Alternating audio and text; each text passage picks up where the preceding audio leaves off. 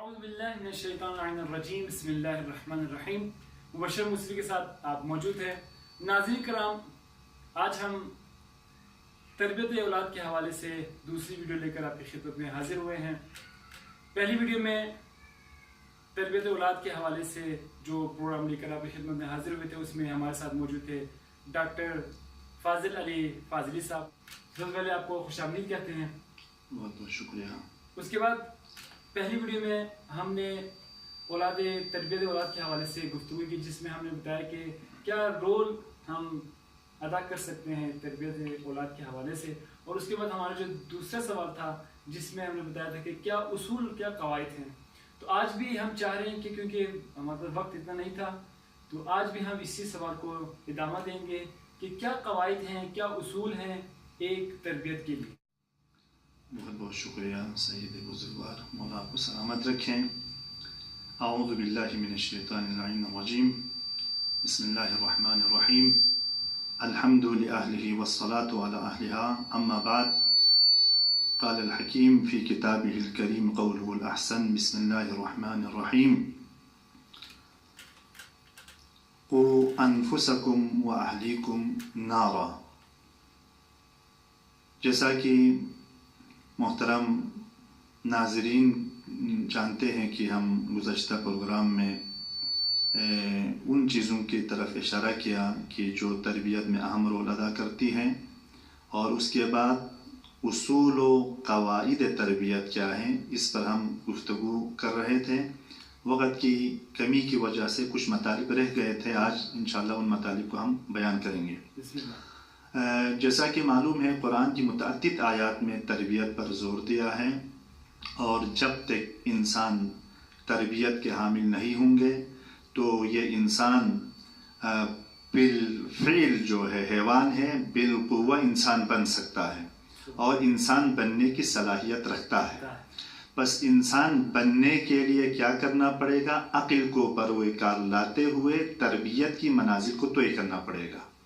تو لہٰذا تربیت میں اہم رول ادا کرنے والی چیزیں 4 تھی، ہم نے بیان کیا۔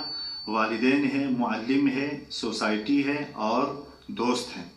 اس کے بعد قواعد کے اعتبار سے قواعد اور اصول تربیت میں پہلے نمبر پر محبت ہے۔ جب تک آپ بچے کو محبت سے، پیار سے نہیں سکھائیں گے، اس وقت تک بچہ جو ہے آپ کے کہنے کو نہیں مانیں گے۔ بچہ آپ کے جو مطالب ہے، آپ اس کو تربیت دینا چاہتے ہیں، اس وقت آپ کے کہنا مانیں گے کہ آپ محبت سے، پیار سے اسے سکھائیں اور بیان کریں۔ تو یہ پہلا قاعدہ ہے جو گزشتہ ہم نے بیان کیا۔ دوسرے مرحلے پہ ہے شخصیت۔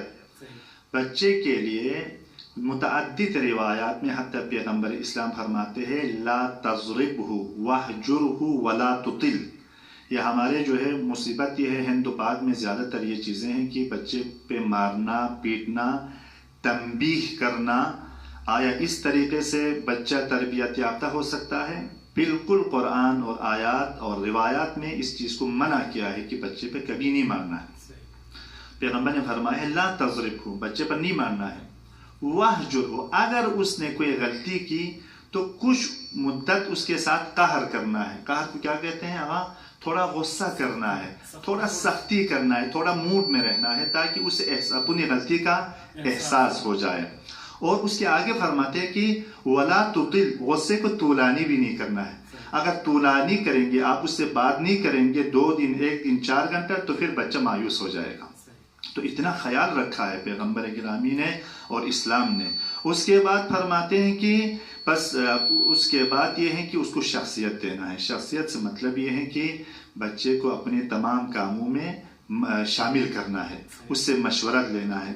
اگر آپ مشورہ لیں گے تو بچہ احساس کرے گا میری بھی کوئی حیثیت ہے۔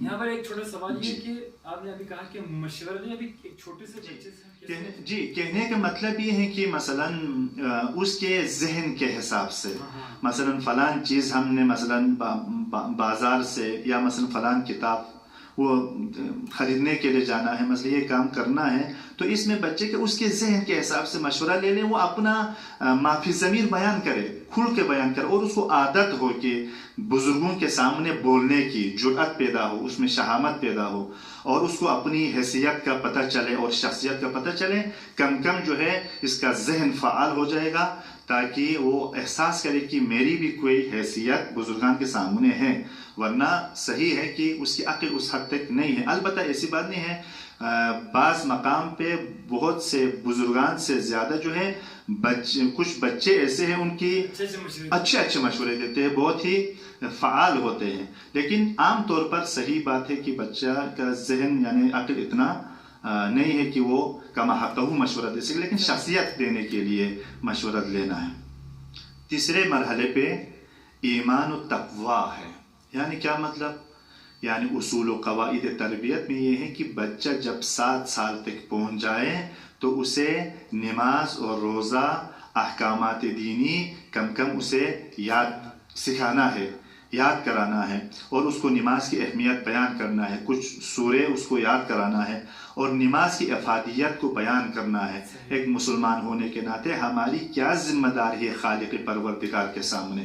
جب یہ ہم سکھائیں گے، ہم یہ بتائیں گے، تو بچہ احساس ذمہ داری کرے گا، ہاں میں آزاد نہیں ہوں، ایک خالق کے سامنے میری کچھ ذمہ داری ہے، تو وہ ذمہ داری کے احساس کرے گا۔ تو تقوی اور ایمان کے بارے میں 7 سال کے بعد یہ روش اہل بیت ہے، سیرت زہرا سلام اللہ علیہا ہے کہ بچے کو 7 سال کے بعد جو ہے واجبات، احکامات کے بارے میں بیان کیا کرتے تھے۔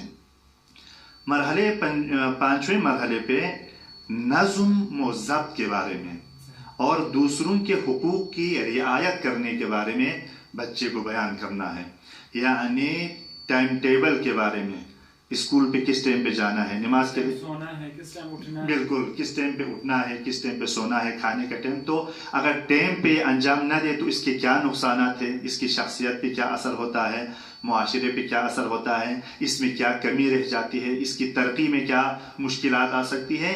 تو نظم و ضبط، جس طرح امیر المؤمنین نے بار بار یہ فرمایا کہ اوصیکم بتقوی اللہ و نظم امرکم، یہ ہمارے لیے بھی ہے کہ ہر کاموں میں نظم و ضبط کی ضرورت ہے۔ کسی افراد میں اگر نظم و ضبط نہیں ہے، وہ لائق تعظیم و تکریم نہیں ہو سکتا ہے، وہ ترقی کے منازل تو یہ نہیں کر سکتا ہے۔ لہٰذا والدین کی ذمہ داری ہے، اساتذہ کی ذمہ داری ہے، بچوں کو ابھی شروع سے نظم و ضبط بھی سکھائیں، ساتھ ساتھ دوسروں کی حقوق کے بارے میں اس کی رعایت کرنا بھی ابھی سے سکھانا ہے، بیان کرنا ہے۔ اور مرحلے بعدی میں یہ ہے کہ بچوں کے ساتھ یا بچوں کو ورزش کی اہمیت بھی دینا ہے۔ آج کل ابھی خطرناک دور آ گیا ہے، یہ موبائل کا دور، نیٹ کا دور، سارے بچے منجمد ہو رہے ہیں ایک جگہ پر بیٹھ کر، جو ہے بہت خطرناک ہے یہ واقعاً۔ ڈاکٹر کے لحاظ سے بھی، دینی لحاظ سے بھی اس کے ذہن جو ہے جمود کا شکار ہوتا ہے، اسی لیے اسٹریس، ٹینشن اور پریشانی، مختلف بیماریوں کا شکار ہوتا ہے۔ بچہ ابھی فعالیت کے وقت ہے، وہ متحرک جتنا ہو سکے اسی حساب سے اس کا ذہن فعال رہے گا۔ تو ان چیزوں سے آپ تھوڑا ہٹا کے جو ہے ایک ٹائم ٹیبل رکھے کہ کچھ مدت اس کو مثلا نیٹ پہ رکھے، لیکن مکمل طور پر جو ہے آپ اس کو نیٹ سے ہٹائیں کہ ہر وقت 24 گھنٹے نیٹ پہ نہ رہے، کچھ ٹائم قرآن کے لیے، کچھ ٹائم ورزش کے لیے، کچھ ٹائم کھانے کے لیے۔ تو خصوصاً ورزش کی بھی اس کو آپ تشویق دلائیں، اور جس کے بارے میں قرآن میں بھی ذکر ہوا ہے ورزش کا، جیسا کہ حضرت یعقوب کے فرزندوں نے حضرت یعقوب کے پاس آ کے کہا کہ اپنے بابا سے، وہ بھی پیغمبر تھے، حضرت یعقوب کہا کہ ہم یوسف کو کھیلنے کے لیے لے کے جانا ہے۔ تو اگر کھیلنا حرام ہوتا تو حضرت یعقوب منع کرتا، اور حضرت یعقوب نے اجازت دی کھیلنے کی، اور بچوں کی ایک فطرت ہے کھیلنا، تاکہ اس کے ذہن فعال ہو جاتا ہے۔ تو والدین کی ذمہ داری ہے، تربیت میں مؤثر رول ادا کرتی ہے کہ ہم بچوں کو اس کے حساب سے ورزش کی اجازت بھی دے دیں۔ ساتھ ساتھ پیغمبر کے روش بچوں سے کھیلتے تھے پیغمبر بھی، یعنی کھیلنے کے مراد بچوں کے حساب سے، جس طرح امام حسن و امام حسین جو اپنے کاندھوں پہ لے کے اٹھا کے جو ہے، جس طرح سواری بن کے، اور کسی نے کہا کہ ماشاءاللہ کتنی اچھی سواری ہے، تو پیغمبر نے فرمایا یہ بھی بتا دو کہ جو سوار ہے وہ کتنے اچھے ہیں, وہ کتنے کمال کے ہیں. تو پیغمبر جو ہے حسنین کو شخصیت دے رہے ہیں, ورزش بھی کر رہے ہیں, ان کے ساتھ کھیل بھی رہے ہیں. اور پیغمبر نے فرمایا کہ بچوں کو بوسہ دینا کتنا ثواب ہے, پیار کرنا کتنا ثواب ہے. ساتھ ساتھ جو ہے بچوں کو جب آپ گفتگو کریں گے تو ان کی زبان میں گفتگو کریں, تاکہ وہ جو ہے اپنے شوق سے جو بھی ما فی الضمیر ہے وہ کھل کے آپ کے ساتھ بیان کر سکتے ہیں. بہت بہت شکریہ, بہت بہت شکریہ, آپ تشریف لائے اور اپنی قیمتی اوقات میں سے آپ تشریف. چلیے ناظرین کرام, انشاءاللہ امید کرتے ہیں کہ آپ نے یہ ہمارا جو ویڈیو ہے اس ٹاپک کو پسند کیا ہوگا. ہمیں کمنٹ کریں, لائک کریں, شیئر کریں, اور جو آپ کے سوالات ہیں وہ کمنٹ میں کیجیے گا. انشاءاللہ ہم کوشش کریں گے, مختلف علماء کو ہم لے کر آتے ہیں اس چینل پر, مختلف مداخان کو انشاءاللہ لے کے آتے ہیں. رمضان کا مہینہ ہے, انشاءاللہ کوشش کریں گے کہ مسائل کے حوالے سے بھی کچھ علماء کو بلائیں اور پروگرام کریں. ہمیں لائک کیجیے گا, شیئر کیجیے گا. امید کرتے ہیں انشاءاللہ آپ نے پسند کیا ہوگا یہ پروگرام. پھر کسی اور ویڈیو کے ساتھ دوبارہ آپ کی خدمت میں حاضر ہوں. اس وقت کے لیے اپنے میزبان سید مشرف عباس موسیقی کو اجازت دیجیے گا. السلام علیکم ورحمۃ اللہ وبرکاتہ.